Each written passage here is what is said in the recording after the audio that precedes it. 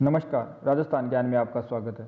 आज हम बात करेंगे राजस्थान में प्रमुख त्योहारों के बारे में और जानेंगे उनसे जुड़े कुछ महत्वपूर्ण तथ्यों के बारे में। तो चलिए शुरू करते हैं। तो सबसे पहले बात करते हैं हिंदू त्योहारों के बारे में। हिंदू त्योहारों के बारे में जानने से पहले बात करते हैं हिंदू महीनों के बारे में। एक हिंदू वर्ष में 12 माह होते हैं, जो कि चैत्र से लेकर फाल्गुन तक होते हैं। प्रत्येक महीना 30 दिन का होता है, जिसमें कि 2 पक्ष होते हैं। पहला पक्ष कृष्ण पक्ष कहलाता है, जो कि एकम से लेकर अमावस्या तक होता है, और दूसरा पक्ष शुक्ल पक्ष कहलाता है, जो कि एकम से लेकर पूर्णिमा तक होता है।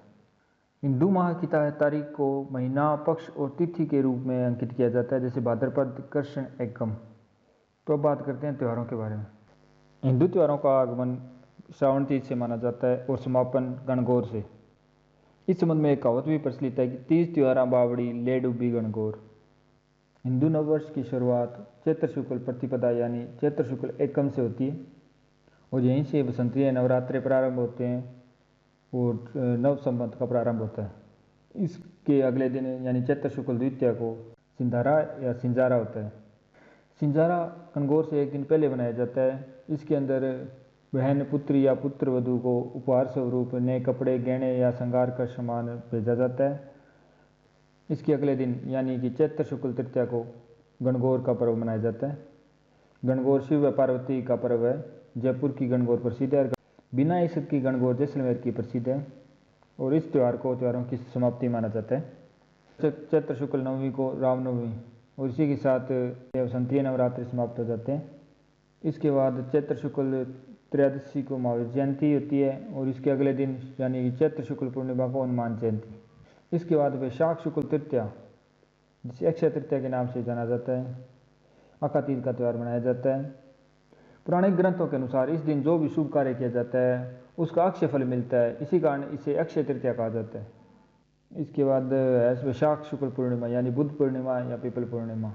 इसके बाद है ज्येष्ठ शुक्ल एकादशी यानी निर्जला एकादशी, जिसे गड़िया ग्यारस भी कहा जाता है। इस दिन निर्जल व्रत रखा जाता है। इसके बाद अगला है आषाढ़ शुक्ल नवमी, इसे बंडला नवमी या बंडली नवमी कहा जाता है, और इस दिन वर्ष की अंतिम शादी होती है, क्योंकि आषाढ़ शुक्ल एकादशी को देवशयनी एकादशी मनाई जाती है।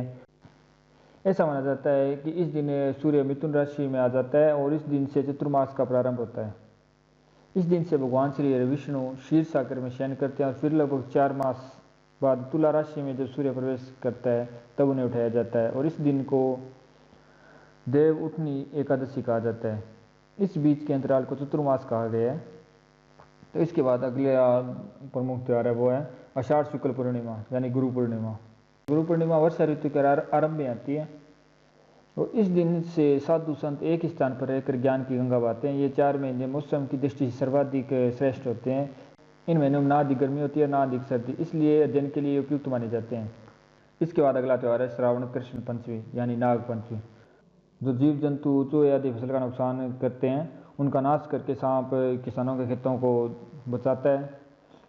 इसी उपलक्ष्य में नाग पंचमी को मनाया जाता है। इसके बाद श्रावण कृष्ण त्रयोदशी यानी शिवरात्रि। इस दिन शिव व पार्वती की पूजा अर्चना की जाती है।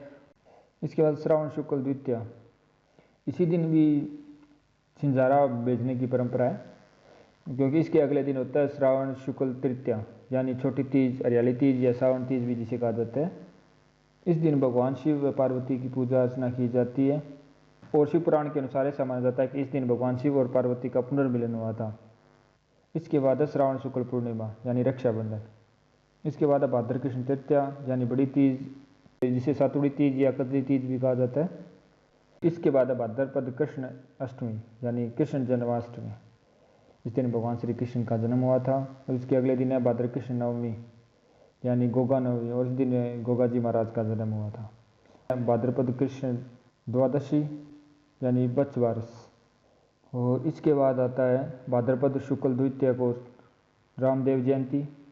इसके बाद है भाद्रपद शुक्ल चतुर्थी यानी गणेश चतुर्थी। इसके बाद है भाद्रपद शुक्ल अष्टमी यानी राधाष्टमी, भाद्रपद शुक्ल दशमी यानी तेजादशमी। इसके बाद है भाद्रपद शुक्ल एकादशी यानी जल झूलनी एकादशी, जिसे देवडोल्या ग्यारस भी कहा जाता है।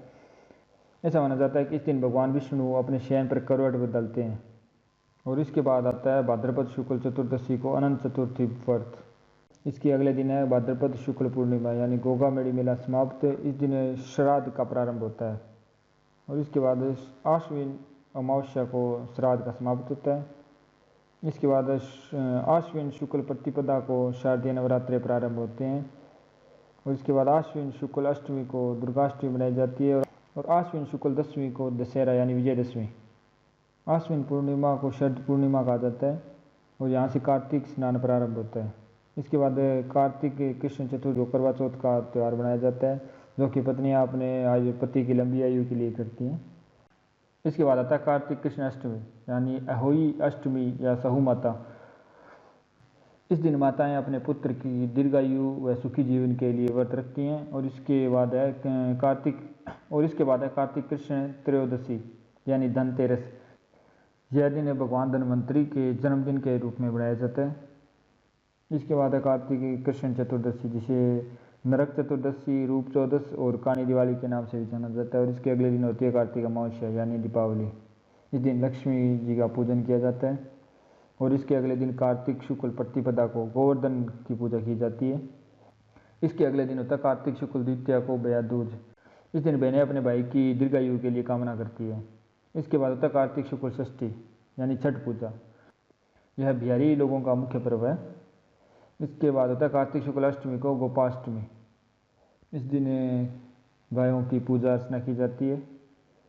इसके बाद होता है कार्तिक शुक्ल नवमी को अक्षय नवमी जिसे आंवला नवमी कहा जाता है। इस दिन आंवले की पेड़ की पूजा की जाती है। इसके बाद होता है कार्तिक शुक्ल एकादशी यानी देव उठनी ग्यारस।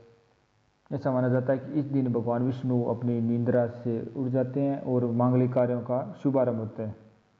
इसके बाद होता है कार्तिक पूर्णिमा यानी कार्तिक के मास के स्नान समाप्त हो जाते हैं।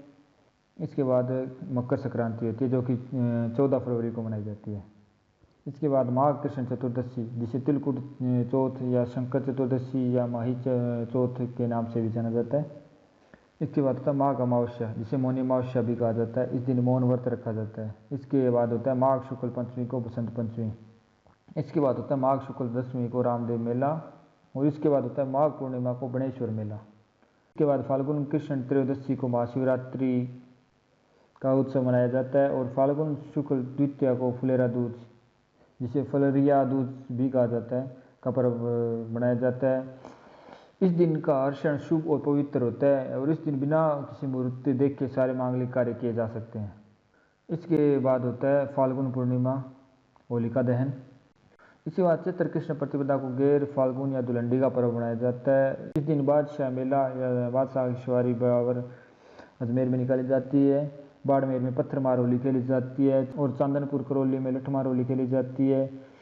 अजमेर बिनाए अजमेर में कोड़ामार होली खेली जाती है और इसके बाद चैत्र कृष्ण अष्टमी को शीतलाष्टमी का पर्व मनाया जाता है। तो अगली बात करते हैं इस्लाम धर्म के त्योहारों के बारे में। तो सबसे पहले बात करते हैं मुहर्रम। हिजरी सन का पहला महीना जिसमें हज़रत मोहम्मद साहब की नवासी हज़रत इमाम हुसैन ने करबला के मैदान में शहादत पाई थी, उसी की याद में मुहर्रम मनाया जाता है। इस दिन ताजे निकाले जाते हैं। अगली बात करते हैं ईद उल मिलाद उल नबी। रबी उल अव्वाल को यह त्यौहार पैगंबर हज़रत मोहम्मद के जन्मदिन की याद में मनाया जाता है। मोहम्मद साहब का जन्म 570 ईस्वी में मक्का सऊदी अरब में हुआ था। अगली बात करते हैं ईद उल फितर। इसे सवियों की ईद भी कहा जाता है। मुस्लिम बंधु रमज़ान के पवित्र माह में 30 रोज़ तक रोजे रखने के बाद शव्वाल माह की पहली तारीख को शुक्रिया के तौर पर इस त्यौहार को मनाते हैं। अगली बात करते हैं ईद उल जुहा। यह कुर्बानी का त्यौहार है। इस दिन मुसलमान प्रतीक के रूप में बकरे की कुर्बानी देते हैं। ईद उल जुहा की माह में ही मुसलमान हज करते हैं। शब बारात। माना जाता है कि इस दिन हज़रत मोहम्मद साहब की आकाश में ईश्वर से मुलाकात हुई थी। इस दिन मुसलमान भाई अपनी भूलों व पापों की माफ़ी के लिए खुदा से प्रार्थना करते हैं। शब कद्र। यह रमज़ान की 27वीं तारीख को मनाया जाता है। इस दिन कुरान उतारा गया था। तो अगली बात करते हैं ईसाई धर्म के पर्वों के बारे में। सबसे पहले बात करते हैं क्रिसमस। यह 25 दिसंबर को ईसा मसीह के जन्म दिवस के रूप में मनाया जाता है। ईस्टर। ईसाइयों की मान्यता है कि इस दिन ईसा मसीह पुनर्जीवित हुए थे। यह सामान्यतः अप्रैल माह में गुड फ्राइडे के बाद वाले रविवार को मनाया जाता है। Good Friday. ईस्टर के रविवार के पूर्व वाले शुक्रवार को यह त्यौहार मनाया जाता है। इस दिन ईसा मसीह को सूली पर लटकाया गया था। अगली बात करते हैं सिख समाज के पर्व। सबसे पहले बात करते हैं लोहड़ी। मकर संक्रांति के पूर्व संध्या यानी 13 जनवरी को यह त्यौहार मनाया जाता है। वैशाखी 13 अप्रैल 1699 ईस्वी को 10वें गुरु श्री गुरु गोविंद सिंह ने आनंदपुर साहिब रोपड़ पंजाब में खालसा पंथ की स्थापना की थी, तभी से 13 अप्रैल को यह त्यौहार मनाया जाता है।